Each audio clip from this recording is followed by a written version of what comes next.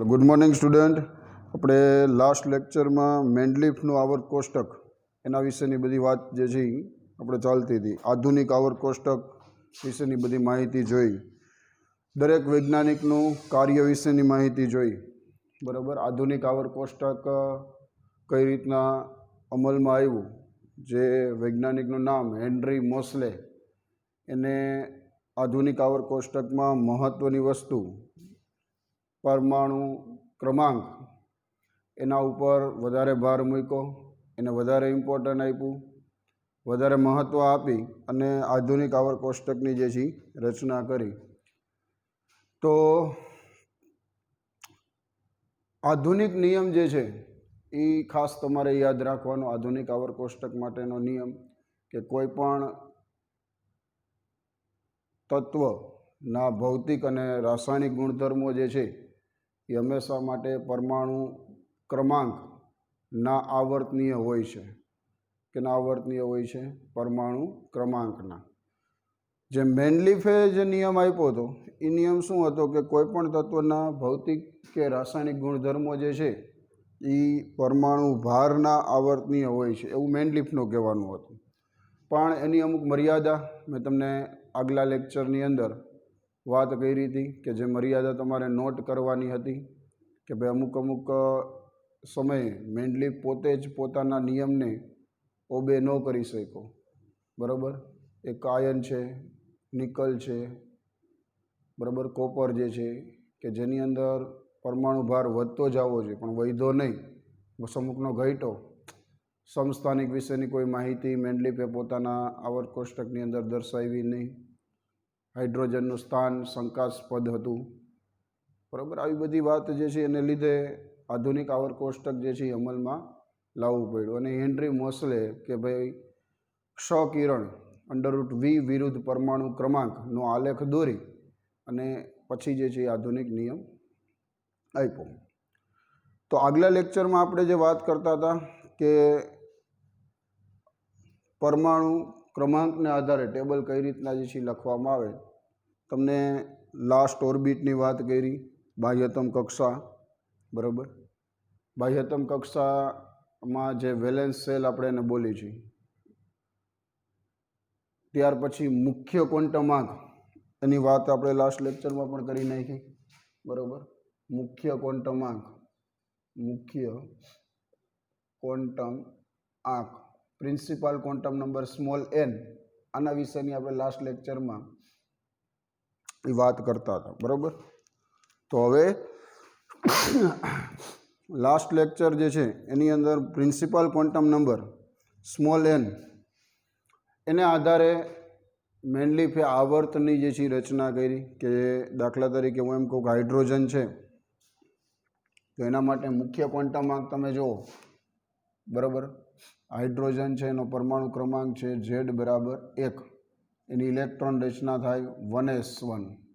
દાખલા તરીકે હિલિયમની વાત કરો તો હિલિયમ પરમાણુ ક્રમાંક Z=2, ઇલેક્ટ્રોન રચના 1s2. આના માટે મુખ્ય ક્વોન્ટમ આંક સ્મોલ n બરાબર 1 થાય. આના માટે મુખ્ય ક્વોન્ટમ આંક સ્મોલ n બરાબર 1 થાય. કારણ કે તમને ખબર છે એક જ ઓર્બિટ છે 1s, તો આને પહેલા આવર્તમાં જે છે આવા તત્વોને મૂકી શકાય. આ વસ્તુ ખબર પડી. જેનો મુખ્ય ક્વોન્ટમ આંક 2 હોય, દાખલા તરીકે બીજા તત્વની વાત કરું, લિથિયમ તત્વ છે. Lithium Z=3.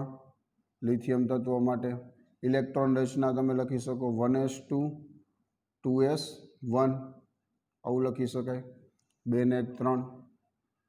બરાબર. ત્યાર પછી તમે આગળ જુઓ તો Z=10 નંબરનું તત્વ નિયોન, જેની ઇલેક્ટ્રોન રચના 1s2 2s2 અને 2p6, 6 ને 2 8 ને 2 10, જેનો મુખ્ય ક્વોન્ટમ આંક લાસ્ટ ઓર્બિટ n=2 કહી શકાય. કારણ કે આપને ખબર છે કે 1s2 2s2 અને 2p6, આ ખાસ ધ્યાન રાખવાનું. આ બે જે છે એક જ ઓર્બિટ કહેવાય, n=2 લખાય. આમાંય તમે જોઈ શકો છો મુખ્ય ક્વોન્ટમ આંક કેટલો છે? 2 છે. તો આ વસ્તુ ખબર પડે છે શું કહેવા માગે છે કે આવા તત્વોને જે છે એ એક જ આવર્તમાં મૂકી શકાય, બીજા નંબરના આવર્તમાં. લિથિયમ છે, બેરેલિયમ છે, બોરોન છે, કાર્બન છે, નાઇટ્રોજન છે, ઓક્સિજન છે, ફ્લોરિન છે, નિયોન છે, બરાબર. સોડિયમથી 3 આવી જશે મુખ્ય ક્વોન્ટમમાં, બરાબર. તો કહેવાનો મતલબ જેમાં મુખ્ય ક્વોન્ટમમાં જે તત્વોમાં n બરાબર 1 ઓર્બિટ હોય એને તમે એમ કહી શકો આવર્ત નંબર 1માં મૂકી શકો. જેની અંદર n બરાબર 2 હોય એને આવર્ત નંબર 2ની અંદર મૂકી શકો. જેમાં n બરાબર 3 હોય એને આવર્ત નંબર 3માં મૂકી શકો. જેની અંદર n બરાબર 4 હોય મુખ્ય ક્વોન્ટમમાં એવા બધા તત્વોને આવર્ત નંબર 4માં મૂકી શકો. જેમાં n બરાબર 5 હોય એવા બધા તત્વોને આવર્ત નંબર 5માં મૂકી શકો. n બરાબર 6 હોય એવા જે તત્વો હશે એને આવર્ત નંબર 6માં મૂકી શકાય. અને જેમાં n બરાબર 7 હોય એવા તત્વોને આવર્ત નંબર 7માં મૂકી શકાય. તો કહેવાનો મતલબ મુખ્ય ક્વોન્ટમ આંકના આધારે મેન્ડલીફે હેનરી મોસ્લે વૈજ્ઞાનિકે શું કર્યું, ઇલેક્ટ્રોન રચના દરેક તત્વની ખબર હતી. એ બધા તત્વોમાં ઇલેક્ટ્રોન રચનામાં એને ઓબ્ઝર્વેશન કર્યું કે ભાઈ મુખ્ય ક્વોન્ટમ આંક લાસ્ટ ઓર્બિટ જોઈ, ઇલેક્ટ્રોન રચના જોઈ અને મુખ્ય ક્વોન્ટમ આંકના આધારે આવર્ત 1 થી 7 એની રચના જે છે કરી. આ વસ્તુ ખબર પડી ગઈ. ઇલેક્ટ્રોન રચના દરેકની અલગ અલગ હશે. જેટલા તત્વો હશે દરેકની ઇલેક્ટ્રોન રચના અલગ અલગ હોય એટલા માટે જ દરેકના રાસાયણિક ગુણધર્મો અને ભૌતિક ગુણધર્મો અલગ અલગ જે છે એ જોવા મળે છે. આ વસ્તુ ખબર પડી ગઈ. હવે ગ્રુપની થોડીક વાત કરી. હેનરી મોસ્લે શું કર્યું તો કે હેનરી મોસ્લે વૈજ્ઞાનિક જે હતો એને દરેક તત્વ જે છે એની બાહ્યતમ કક્ષા વેલેન્સ ઓર્બિટ એના વિશે વધારે ઓબ્ઝર્વેશન કર્યું.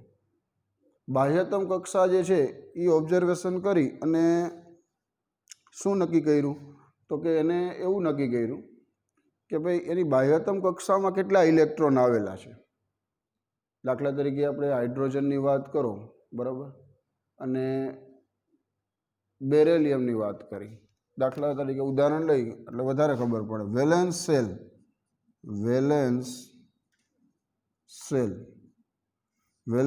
સેલ એટલે કે બાહ્યતમ કક્ષા. હવે તમે જો આપણી પાસે 4 અલગ અલગ સબ સેલ છે ને, S, P, D અને F. એસની અંદર આપણે ખબર છે કે ભાઈ 2 અલગ અલગ SPDF જે છે એમાં 2 અલગ અલગ સબસેલ કહી શકાય. એક ઇલેક્ટ્રોન રચના NS1 હોય, બીજી ઇલેક્ટ્રોન રચના NS2 હોય. પીની અંદર જુઓ તો 3 અલગ અલગ ટાઈપ જે છે પડે. પીની અંદર 3 અલગ અલગ, એક PX, PY અને PZ. ડીમાં તમે જોવા જાઓ તો ડીની અંદર 5 અલગ અલગ પેટા પ્રકાર જે છે પડે, 3, 4 અને 5. DXY, DYZ, DZX, DX² -Y² અને DZ². 5 અલગ અલગ ડીના પેટા પ્રકાર પડે. એફ જે છે એના 7 અલગ અલગ પેટા પ્રકાર પડે. એફના 7 પ્રકાર જોવા મળે. સબસેલની વાત કરું છું. એસમાં 2, NS1, NS2. પીમાં 3, PX, PY અને PZ. ડીમાં 5, DXY, બરાબર, DYZ, DZX, DX² -Y² અને DZ². એફ જે છે એના 7 પેટા પ્રકાર. એટલે આપણે ખબર પડે કે એસ જે છે એની અંદર મેક્સિમમ કેટલા ઇલેક્ટ્રોન સમાય? 2 ઇલેક્ટ્રોન. આ વસ્તુ ખબર પડે. પી છે એમાં 3 ટાઈપ છે, આમાં 2, આમાં 2, આમાં 2, એટલે ટોટલ 6 ઇલેક્ટ્રોન જોવા મળે. ડી છે ડી ઓર્બિટ, એની અંદર મેક્સિમમ કેટલા ઇલેક્ટ્રોન આવશે ભાઈ? 10 ઇલેક્ટ્રોન આવશે. અને એફ ઓર્બિટ જે છે એમાં મેક્સિમમ 7 પેટા પ્રકાર એટલે 14 ઇલેક્ટ્રોન જે છે જોવા મળશે. આ વસ્તુ ખબર પડી શું કહેવા માગે છે, બરાબર. તો દરેકની અંદર એને શું કર્યું? ઓબ્ઝર્વેશન કરી. જે તત્વની ઇલેક્ટ્રોન રચનાની બાહ્યતમ કક્ષામાં 1 ઇલેક્ટ્રોન હતો. દાખલા તરીકે ઉદાહરણ લઈ, આપણે એક્ઝામ્પલ લઈ કે ભાઈ એક તો હાઇડ્રોજન Z બરાબર 1 ઇલેક્ટ્રોન રચના છે 1s1. અને બીજી વાત કરી, દાખલા તરીકે બેરેલિયમ, બેરેલિયમ BE બરાબર, Z બરાબર 2. ઇલેક્ટ્રોન રચના જે છે બેરેલિયમ જે છે Z બરાબર હાઇડ્રોજન, પછી હાઇડ્રોજન, હિલિયમ, લિથિયમ ને બેરેલિયમ, Z બરાબર 4. 4 નંબરનું તત્વ. ઇલેક્ટ્રોન રચના 1s2 2s2.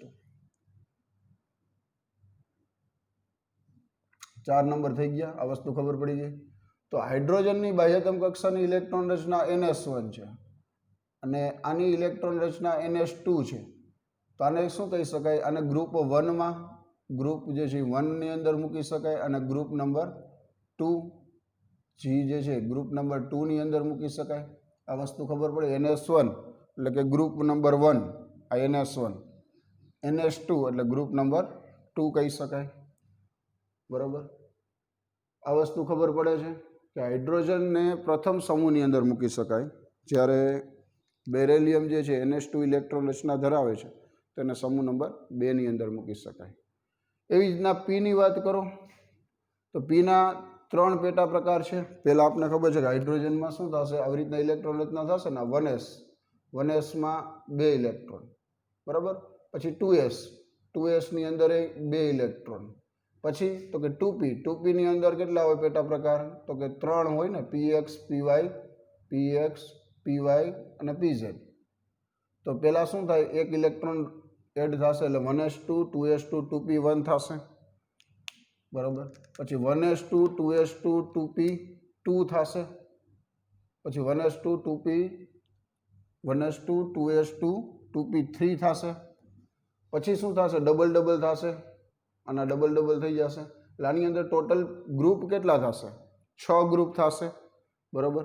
આપણે Pની અંદર તમે જોવા જાઓ તો Pની અંદર ગ્રુપ નંબર 13, બરાબર. પછી શું કહી શકાય તો કે Pની અંદર તમે જોવા જાઓ તો ગ્રુપ નંબર 14, પછી group number 15, group number 16, group number 17, group number 18. Total કેટલા ગ્રુપ થશે? Pની અંદર તમે જોવા જાઓ તો 6 ગ્રુપ જોવા મળે Pને આધારે. Dની અંદર તમને ખબર છે 5 પેટા પ્રકાર છે, એટલે Dના કેટલા ગ્રુપ થશે? D માટે જુઓ તો 10 ગ્રુપ જોવા મળે, કારણ કે 5 પેટા પ્રકાર છે, 5 એના સબસેલ છે. આ વસ્તુ ખબર પડે, સબસેલ છે 5, 10 ઇલેક્ટ્રોન D માટે. તો આવી રીતના હેનરી મોસલે થોડુંક ઓબ્ઝર્વેશન કરી ઇલેક્ટ્રોન રચનાનું ટેબલ જે છે એની રચના કરી. ટેબલ કેવી રીતના હતું એની આપણે વાત કરી દઈ. તો કે ટેબલ જે છે હેનરી મોસલે સૌથી પહેલાં આવી રીતના, અહીંયા તમે જુઓ તો હાઇડ્રોજન ગ્રુપ નંબર 1ની વાત કરો, બરાબર. આ ગ્રુપ 1. પછી આમ તમે જોવા જાઓ તો અહીંયા n બરાબર 1, પછી ભાગ પાડી દઈ, n બરાબર 2, n બરાબર 3, આમાં n બરાબર 4, n બરાબર 5, n બરાબર 6 અને અહીંયા n બરાબર 7, બરાબર. એવી જ રીતના બીજા નંબરનું ગ્રુપ બાજુમાં કે જેની અંદર n બરાબર 2, 3, 4, 5 અને 6 અને 7. હાઇડ્રોજનની વાત આવે 1h1, બરાબર. પછી D ઓર્બિટની વાત કરી. D ઓર્બિટ જે છે ક્યાંથી ચાલુ થાય? D વિભાગ આખો અહીંથી ચાલુ થશે, બરાબર. બરાબર, એની અંદર તમે કહો ગ્રુપ નંબર 3, 4, 5, 6, 7, 8, બરાબર. આવી રીતના આવશે ને, 9, 10, પછી હજી આગળ જો 11 અને 12. આવી રીતના Dની અંદર આવશે. આ ગ્રુપ નંબર 1 તમે કહો, અને ગ્રુપ નંબર 2 કહી શકો, અને ગ્રુપ નંબર 3, 4, 5, 6, 7, 8, 9, 10, 11 અને 12. આ D વિભાગ પૂરો. Dની અંદર આવી રીતના તમે તત્વો જે છે આવેલા હશે, બરાબર. હવે એની બાજુમાં બીજી એક મોટી બિલ્ડિંગ આવશે કે જેની અંદર એમ કહી શકાય કે પી વિભાગ તમે કહી શકો, બરાબર.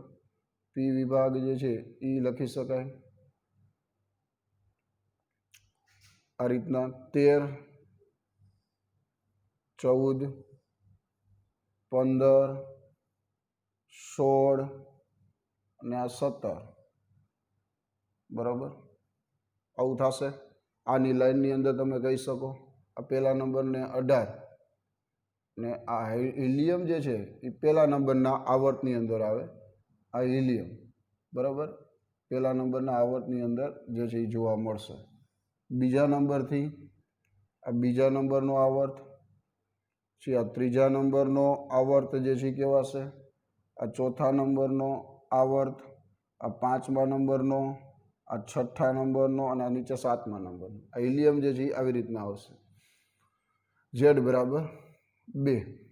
આ છે 18મો સમૂહ, આ 13મો સમૂહ, 14મો, 15મો, 16મો, 17મો અને 18મો. 18મો સમૂહ જે છે ગ્રુપ નંબર 18 નિષ્ક્રિય વાયુ. ચલો આ વસ્તુ ખબર પડી ગઈ શું કહેવા માગે છે.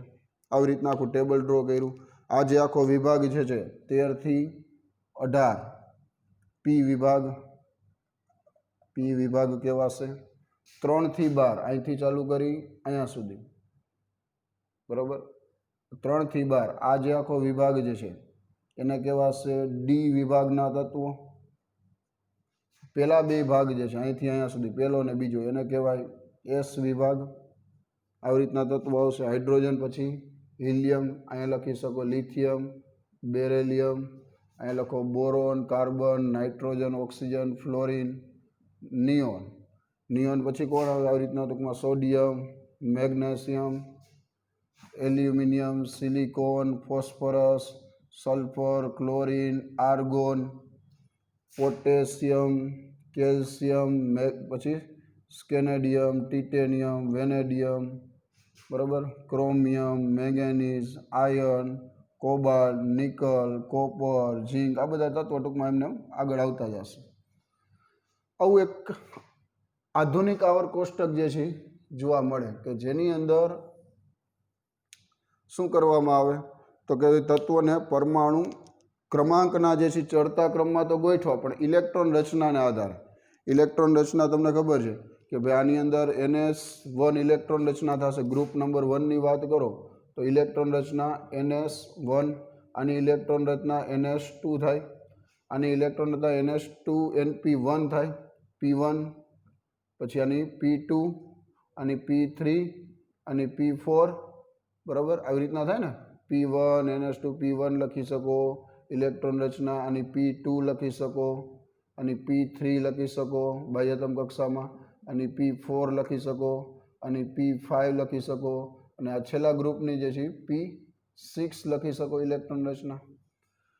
એ રીતે ડીની અંદર પહેલાં તમે D1 લખી શકો, અહીંયા D2 લખી શકો, અહીંયા D3 લખી શકો, બાહ્યતમ કક્ષામાં D4, D5, D6, D7, D8, D9 અને D10. પણ બે તત્વ તમને ખબર છે કે ધ્યાન રાખવાના છે, ક્રોમિયમ અને કોપર. ક્રોમિયમ અને કોપરમાં શું આવશે? 10, 9ની જગ્યાએ શું આવે છે? 10 આવે છે. ક્રોમિયમમાં એમ જ D4ની જગ્યાએ શું આવશે? D5 આવશે. આ થઈ ગઈ બાહ્યતમ કક્ષાની ઇલેક્ટ્રોન રચના. તો એસ વિભાગ, ડી વિભાગ અને પી વિભાગ. રેડી. નીચે જે છે તમને ખબર છે આવી રીતના બે અલગ અલગ શ્રેણી ટેબલમાં જે છે જોવા મળે, બરાબર. એને આપણે એફ વિભાગ જે છે કઈ છે લેન્થેનાઇટ શ્રેણી અને એક્ટિનાઇટ શ્રેણી. આ રીતના તમે જોવા જાઓ તો નીચે આખી એક બે અલગ અલગ શ્રેણી કે જેમાં 14 તત્વો 1, 2, 3, 4, 5, 6, 7, 8, 9, 10, 11, પછી 12, 13 અને 14. આવી રીતના જે છે 14 અલગ અલગ તત્વો જે છે આવેલા હોય. આને આપણે શું કહીએ છીએ? આને કહેવાય લેન્થેનાઇડ શ્રેણી, લેન્થેનોઇડ શ્રેણી.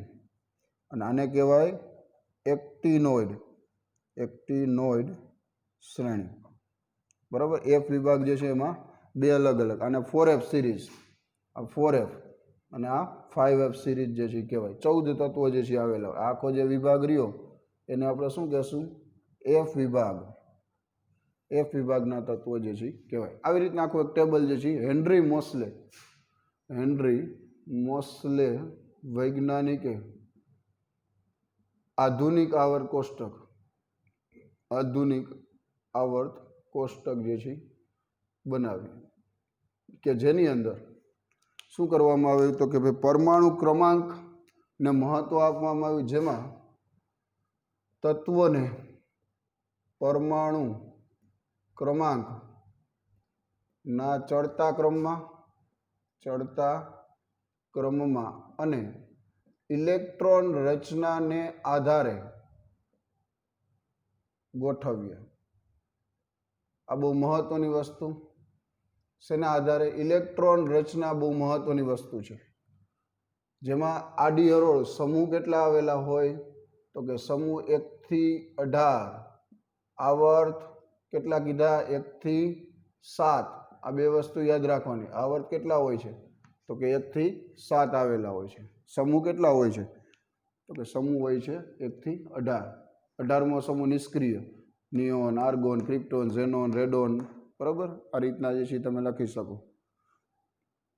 આ વસ્તુ ખબર પડી ગઈ શું કહેવા માંગે છે? આધુનિક આવર્ત કોષ્ટક કેવી રીતના મળ્યું. હવે તમને આના ઉપરથી ખબર પડે કે ભાઈ અત્યાર સુધી જે કાંઈ આપણે બધા વૈજ્ઞાનિક કામ કરતા, દાખલા તરીકે ઉદાહરણ લઈ લિથિયમ, સોડિયમ, પોટેશિયમ.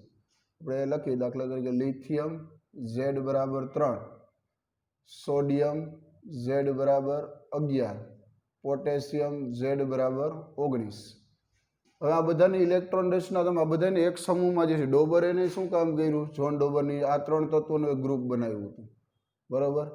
AEB કાર્નકાઇટિસ વૈજ્ઞાનિકે આ 3 તત્વોને એક સમૂહમાં મૂક્યા. ન્યુલેન્ડે પણ આ જ વસ્તુ જે છે કીધી. બરાબર? મેન્ડલીફે આ જ કીધું અને હેનરી મોસ્લે આ જ કીધું. તો હવે તમને આખી વસ્તુ ખબર પડી કે શું કહેવા માંગે. આની ઇલેક્ટ્રોન રચના લખવા જાઓ તો શું લખીએ? કે હિલિયમ પછી 2s1 લખાય. આમ લખીએ કોણ તમે? Helium 2s1. આની ઇલેક્ટ્રોન રચના લખવા જાઓ નિયોન 3s1. આની લખવા જાઓ તો આર્ગોન 4s1.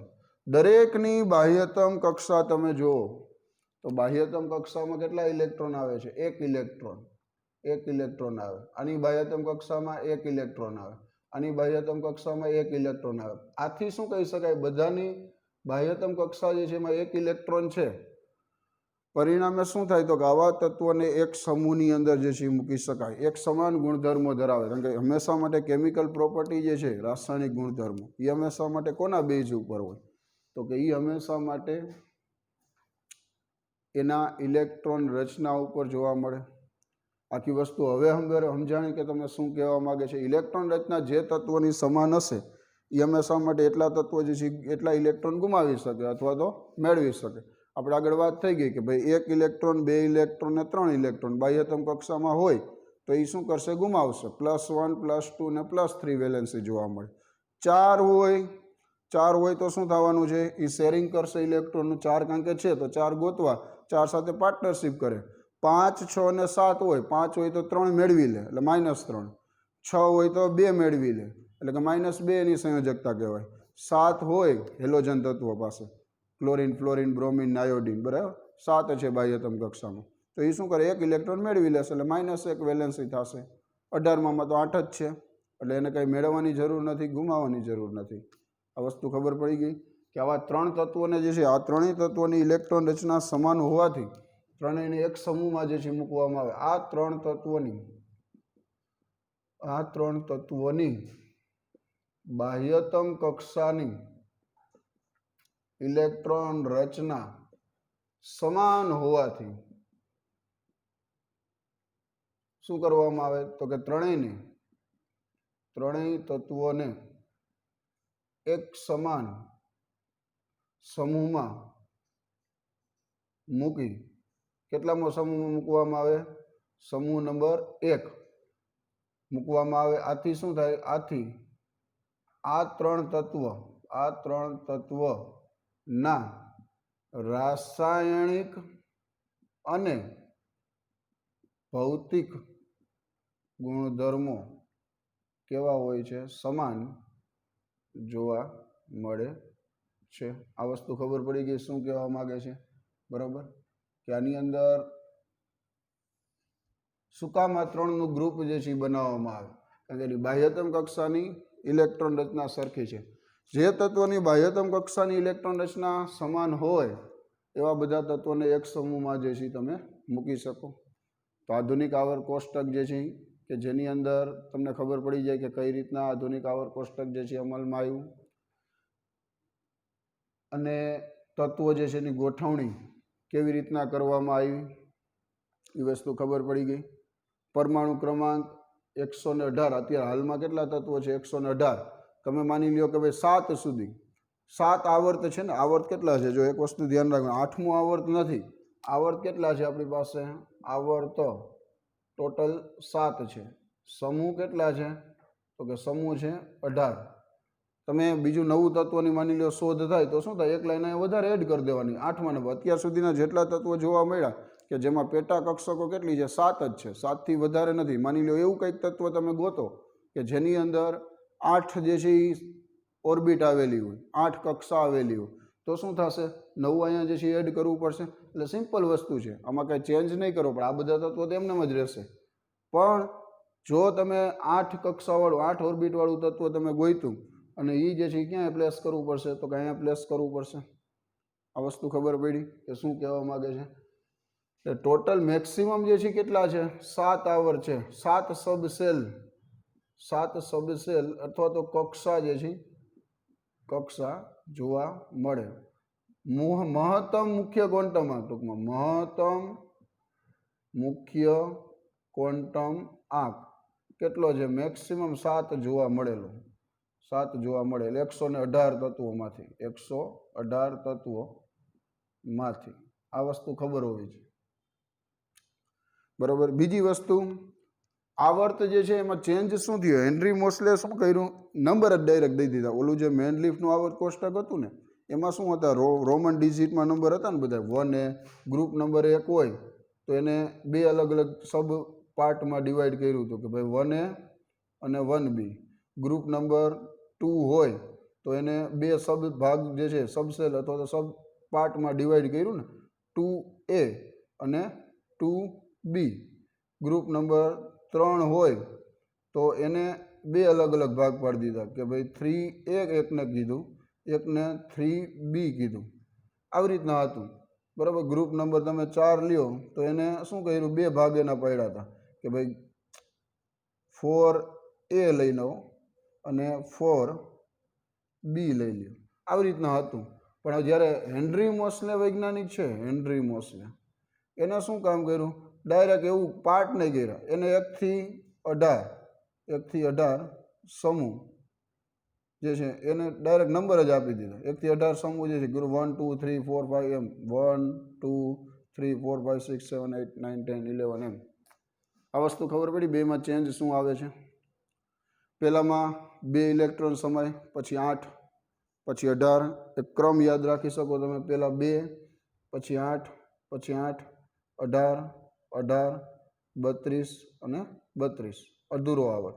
આ પહેલો આવર્ત, બીજો, ત્રીજો, ચોથો, પાંચમો, છઠ્ઠો, સાતમો, ટોટલ આવર્ત કેટલા છે? આવર્ત 7 છે। આ વસ્તુ ખબર પડી? એ શું કહેવા માગે છે એને આપણે થોડુંક વધારે ડિટેલમાં જોઈએ હમણાં, પણ આટલી વસ્તુ આવડવી જોઈએ। શું કહેવા માગે છે? મુખ્ય ક્વોન્ટમ આંક ખબર પડી ગઈ? મુખ્ય ક્વોન્ટમ આંક હાઇડ્રોજન Z બરાબર 1, એક જ ઓર્બિટ છે। હિલિયમમાં Z બરાબર 2, Z બરાબર 1 એટલે એમાં એક જ ઓર્બિટ છે। આની ઇલેક્ટ્રોન રચના NS1 છે, આની ઇલેક્ટ્રોન રચના NS2 છે। લિથિયમ Z બરાબર 3 છે તો ઇલેક્ટ્રોન રચના 1s2 2s1 થશે, આની 1s2 2s2 અને 2p6 થશે। આ વસ્તુ ખબર પડે છે? આમાં n બરાબર 2 છે, આમાં n બરાબર 2 છે। n બરાબર તમે 7 લ્યો એટલે ટોટલ 7 આવર્ત આવે। વેલેન્સ સેલ એસના પેટા પ્રકાર 2 છે, NS1 NS2, પીના 3 છે, PX PY PZ, ડી જે છે એના DXY DYZ DZX DX2 -y2 અને DZ2।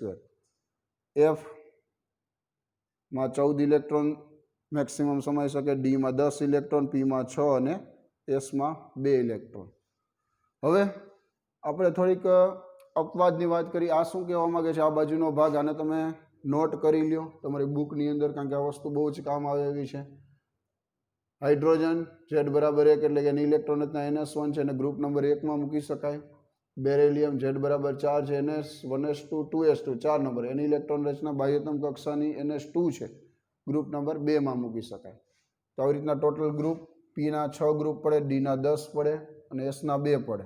तो आ S विभाग, D विभाग ना P विभाग बराबर। S नी अंदर तमे जोई शको S में शुं छे तो कि हाइड्रोजन, लिथियम, बेरिलियम आ रीतना तमे कही शको।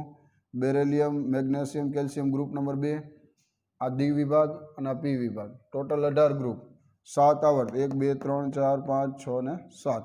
नीचे F विभाग होय, एमां 2 श्रेणी, लेंथेनाइट श्रेणी, एक्टिनाइट श्रेणी। आना विषे पण आखुं चेप्टर जे छे तमारे 12th सायन्स में भणवानुं आवशे, F विभागना तत्वो बराबर। आ वस्तु खबर पड़ी गई। हेनरी मोसले शुं काम कर्युं? परमाणु क्रमांक ने वधारे महत्व आपी અને તત્વો જે છે એને ચડતા ક્રમમાં ગોઠવા, કારણ કે ઓલી મર્યાદા જે છે એ સોલ્વ થઈ જતી હતી। મર્યાદા વ્યવસ્થિત રીતે જે મેન્ડલીફે ભૂલ કરી હતી એ વસ્તુ આમાં આધુનિક આવર્ત કોષ્ટકમાં જોવા મળતી નથી। આની કોઈ મર્યાદાની વાત ન આવે। ચાલો હવે તમને થોડાક બે અપવાદની વાત કરી દઈએ, પછી થોડુંક આપણે આવર્ત કોષ્ટકમાં જે છે આગળ વધીએ। બે અલગ અલગ અપવાદ છે બરાબર। આધુનિક આવર્ત કોષ્ટકના અપવાદ, ટોપિકનું નામ આપણે એવું લખી, આધુનિક આવર્ત કોષ્ટક, આધુનિક આવર્ત કોષ્ટક ના અપવાદ બરાબર। કયા કયા બે અપવાદ છે? પહેલું અપવાદ જે છે એના વિશે વાત કરી, હાઇડ્રોજન, હાઇડ્રોજન Z બરાબર 1, એક અપવાદ આ છે। એની ઇલેક્ટ્રોન રચના તમે જો 1s1 છે। તો હાઇડ્રોજન જે છે અપવાદમાં છે, એની ઇલેક્ટ્રોન રચના શું છે? 1s1 છે બરાબર। કેવી રીતના અપવાદ છે તો કે હાઇડ્રોજન તમે જોઈ શકો, મેં તમને ગ્રુપ નંબર 1 છે ને એમાં હાઇડ્રોજન અહીંયા મૂક્યું છે, પણ ખરેખર એ બે વચ્ચે જો મેં જગ્યા રાખી છે, આ જગ્યા દેખાય છે બરાબર। ખરેખર એ ગ્રુપ નંબર 1 માં મૂકી શકાય ને, એની પોઝિશન ફિક્સ નથી। એવી જ રીતના મેં હિલિયમની વાત કરું તો હિલિયમ જે છે એ 18મા સમૂહમાં મૂક્યું છે, પણ એ બે વચ્ચે મેં થોડીક જગ્યા રાખી છે। આ જગ્યાનો મતલબ શું છે એની આપણે વાત કરવાની છે। જગ્યા અહીંયા વચમાં રાખેલી છે, અહીંયા પણ જગ્યા રાખેલી છે બરાબર। તો હાઇડ્રોજન જે છે એની ઇલેક્ટ્રોન રચના 1s1 છે। તો આપને ખબર પડે કે ભાઈ તો ગ્રુપ નંબર 1 આલ્કલી ગ્રુપ જે છે એના જેવી ઇલેક્ટ્રોન રચના છે, કારણ કે આલ્કલી સમૂહ જે છે અહીં લખાય આલ્કલી સમૂહ, એટલે કે સમૂહ નંબર 1 એના જેવી બાહ્યતમ કક્ષાની ઇલેક્ટ્રોન રચના NS1 એના જેવી છે, એટલે એમ કહી શકાય ગ્રુપ નંબર 1 માં હોવું જોઈએ હાઇડ્રોજન। બીજી વસ્તુ તો કે ભાઈ આલ્કલીની જેમ બાહ્યતમ કક્ષામાં એક ઇલેક્ટ્રોન છે, સમૂહ 1 માં, સમૂહ નંબર 1 ની જેમ બાહ્યતમ કક્ષામાં એક ઇલેક્ટ્રોન આવેલ છે। ત્યાર પછી એની વેલેન્સી સંયોજકતા પણ, સંયોજકતા કેટલી છે? એક જ છે। સબસેલ n બરાબર મુખ્ય ક્વોન્ટમ આંક એમાં એક જ છે, મુખ્ય ક્વોન્ટમ આંક સ્મોલ n, મુખ્ય ક્વોન્ટમ આંક બેમાં સરખું છે આલ્કલીની જેમ। પણ ડિફરન્સની વાત કરીએ, આ સમૂહ નંબર 1ની મેં વાત કરી, સમૂહ નંબર 17 જે છે હેલોજન ગ્રુપ, સમૂહ નંબર 17 એટલે કે હેલોજન, હેલોજનની જેમ પણ સિમિલારિટી છે। તમે જો હેલોજન છે ક્લોરીન, ફ્લોરિન, બ્રોમિન, આયોડિન બરાબર, તમે આ બધા તત્વો લખો છો, ક્લોરીન, Cl2, ફ્લોરિન, બ્રોમિન અને આયોડિન। હાઇડ્રોજન પણ આ બધા હેલોજનની જેમ શું કરે છે? દ્વિપરમાણુય છે ને, દ્વિપરમાણુય વાયુ છે। તો એક સિમિલારિટી આ પણ તમે કહી શકો હેલોજનમાં। હેલોજન તત્વ જે છે એ શું કરે? એની બાહ્યતમ કક્ષામાં આની ઇલેક્ટ્રોન રચના આવી છે NS2 NP5, 5 ને 2 7 છે, એક ઇલેક્ટ્રોન મેળવે અને અષ્ટક પૂર્ણ કરે। હાઇડ્રોજન પણ એક ઇલેક્ટ્રોન છે, એક ઇલેક્ટ્રોન મેળવીને પોતાનું અષ્ટક જે છે 2 ઇલેક્ટ્રોન કમ્પ્લીટ કરી નાખે, ઓર્બિટ કમ્પ્લીટ કરી નાખશે બરાબર। નોબલ ગેસ જેવી ઇલેક્ટ્રોન રચના હાઇડ્રોજન પણ હેલોજનની જેમ એક ઇલેક્ટ્રોન મેળવી શું કરશે? પોતાની ઇલેક્ટ્રોન રચના પૂર્ણ કરી કેના જેવી? નિષ્ક્રિય વાયુ જેવી ઇલેક્ટ્રોન રચના પ્રાપ્ત કરે. ચાલો આ વસ્તુ ખબર પડી ગઈ. તો હેલોજનમાં પણ હેલોજન બધા જે છે તમને ખબર છે કે વાયુ સ્વરૂપે છે, હાઇડ્રોજન પણ વાયુ છે, બરાબર. તો ગ્રુપ નંબર 1 જે છે એની સાથે સિમિલારિટી છે. ગ્રુપ નંબર 17 હેલોજન ગ્રુપ છે એની સાથે પણ સિમિલારિટી છે. અને અમુક હાયર લેવલની જે બુક્સ આવે, બરાબર, કે જેની અંદર એમ કહી શકાય કે ગ્રુપ નંબર 14 14મો સમૂહ, બરાબર, કાર્બન ફેમિલી, આનું નામ શું છે? Carbon family. એની સાથે પણ હાઇડ્રોજન જે છે એ સિમિલારિટી ધરાવે. કારણ કે ગ્રુપ 14 છે કાર્બન, બરાબર, એ શું કરશે? તો કે ઇલેક્ટ્રોનનું શેરિંગ કરશે ને, ઇલેક્ટ્રોન શેરિંગ જે છે એ કરશે, ઇલેક્ટ્રોન શેરિંગ કરે. હાઇડ્રોજન પણ શું કરશે? એક ઇલેક્ટ્રોન જે છે એનું શેર કરશે, પાર્ટનરશિપ બનાવશે, કોવેલેન્ટ બોન્ડ જે છે સહસંયોજક બંધ બનાવશે, સહસંયોજક બંધ બનાવશે. અમુક હાયર લેવલની બુક કે જેમાં ગ્રુપ 14 સાથે પણ સિમિલારિટી કહી શકાય, સિમિલારિટી. તો ગ્રુપ નંબર 1 સાથે સિમિલારિટી થઈ ગઈ, ગ્રુપ નંબર 17 સાથે સિમિલારિટી, ગ્રુપ નંબર 14 સાથે. તો હાઇડ્રોજનને કઈ જગ્યાએ મૂકવું? એની પોઝિશન જે છે એ શંકાસ્પદ કહેવાય. કઈ જગ્યાએ હાઇડ્રોજનને મૂકવું? પ્રથમ આવર્તમાં મૂક્યું છે, એવું નથી કે ભાઈ આમાં મૂક્યું છે 17મા સમૂહમાં મૂક્યું છે, બરાબર, 14મા સમૂહ, એવું નહીં. આ વચમાં લખી નાખો છો તમે. હાઇડ્રોજન અહીંયા લખો તો ચાલે, પણ આવર્ત નંબર 1 હોવો જોઈએ. ગ્રુપ જે છે એ ફિક્સ કરી શકાય નહીં. તો પહેલું એક્સેપ્શન હાઇડ્રોજન, કે હાઇડ્રોજન જે છે એ અપવાદમાં કહી શકાય. શું કામ અપવાદ થાય? એનું કારણ શું? તો કે ભાઈ ગ્રુપ નંબર 1 સમૂહ 1 જે છે એની સાથે પણ હાઇડ્રોજન જે છે એ સિમિલારિટી ધરાવે છે. ગ્રુપ નંબર 17 હેલોજન એની સાથે પણ હાઇડ્રોજન જે છે એ સિમિલારિટી ધરાવે છે. અને અમુક હાઈ લેવલની બુક્સમાં ગ્રુપ નંબર 14 એની સાથે પણ હાઇડ્રોજન જે છે સિમિલારિટી ધરાવે છે. તો હાઇડ્રોજનનું સ્થાન ક્યાં લખવામાં આવે? પ્રથમ આવર્તની મધ્ય ભાગમાં જે છે હાઇડ્રોજનને દર્શાવવામાં આવે. હાઇડ્રોજન જે છે પ્રથમ આવર્તની મધ્ય ભાગમાં. ચાલો આ એક એક્સેપ્શન ખબર પડી ગઈ. નંબર 2 અપવાદ નંબર 2. અપવાદ નંબર 2 ની વાત કરી. અપવાદ નંબર 2 કયું છે ભાઈ? તો કે હિલિયમ તત્વની વાત આવે. અપવાદ નંબર 2 હિલિયમ એટલે કે Z બરાબર 2. એની ઇલેક્ટ્રોન રચના લખાય 1s2, બરાબર. આવી ઇલેક્ટ્રોન રચના છે હિલિયમ માટે. હાઇડ્રોજન જે છે એની ઇલેક્ટ્રોન રચના શું હતી? 1s1 હતી. હિલિયમની ઇલેક્ટ્રોન રચના શું છે?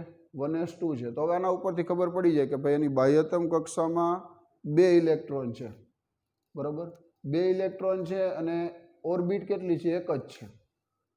તો એસ વિભાગની અંદર ખરેખર હોવું જોઈએ ને. હિલિયમ છે એ ક્યાં હોવું જોઈએ ભાઈ? એસ વિભાગ. કારણ કે બાહ્યતમ કક્ષામાં ઇલેક્ટ્રોન એડ ક્યાં થાય છે? તો કે એસ વિભાગમાં થાય છે ને. એસ વિભાગમાં હિલિયમનું પોઝિશન જે છે હોવી જોઈએ.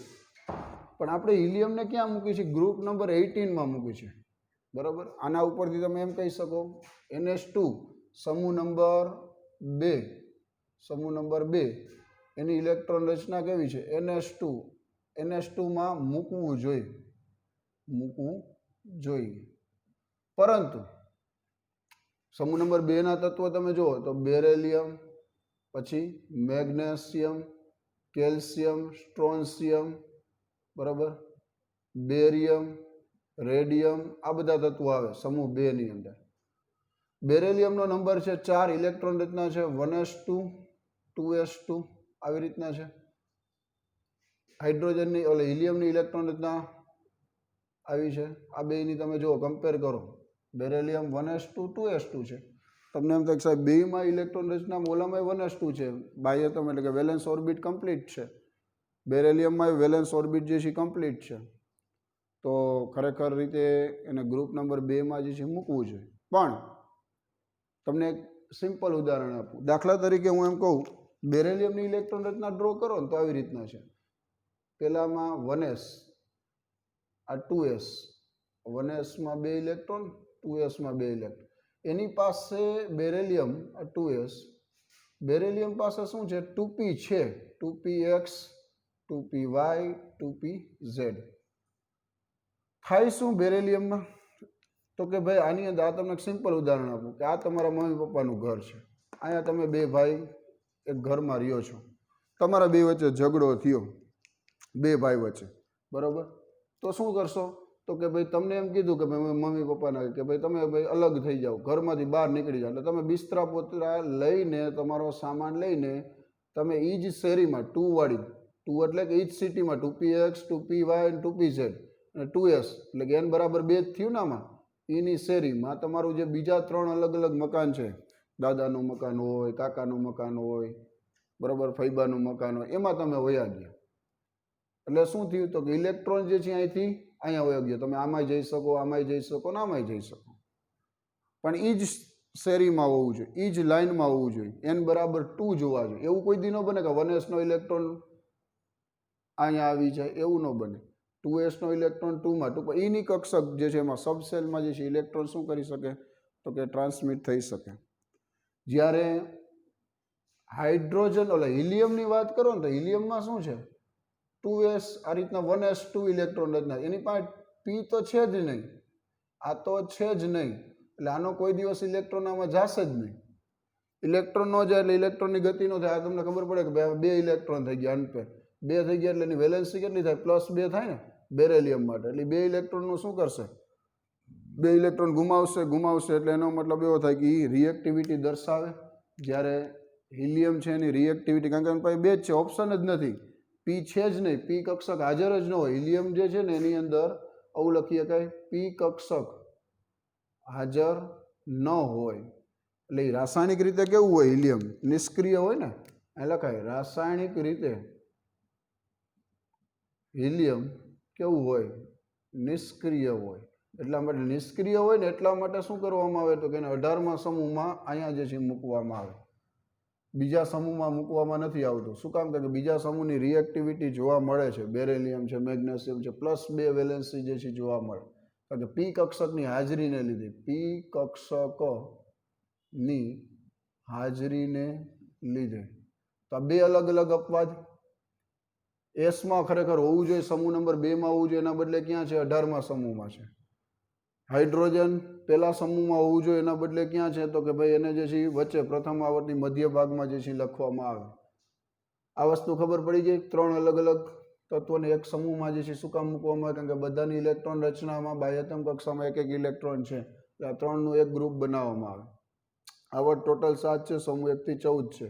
મુખ્ય ક્વોન્ટમાંક 7 જે છે મેક્સિમમ. જો પહેલાં આવી રીતના હતું કે ભાઈ group 1ના 2 part, 1a 2a, 2a 2b, 3a 3b, 4a 4b. પણ એને શું કર્યું હેનરી મોસલે? તો કે ટોટલ 1 થી 18 સમૂહ જે છે આપી દીધા. અને આ 2 અપવાદ આવર્ત કોષ્ટકના એ ખાસ ધ્યાન રાખવાના, હાઇડ્રોજન અને હિલિયમ. હાઇડ્રોજન માટે સમૂહ નંબર 1 આલ્કલીની જેમ તમે એવું કહી શકો કે ભાઈ NH1 ઇલેક્ટ્રોન રચના છે. સમૂહ નંબર 1ની જેમ બાહ્યતમ કક્ષામાં 1 ઇલેક્ટ્રોન છે, સંયોજકતા 1 થાય, મુખ્ય ક્વોન્ટમમાં કે 1 છે. પરિણામે એને આલ્કલી ગ્રુપમાં મૂકવું જોઈએ, પણ મૂકતા નથી. 17મો સમૂહ હેલોજનની જેમ દ્વિપરમાણીય વાયુ છે.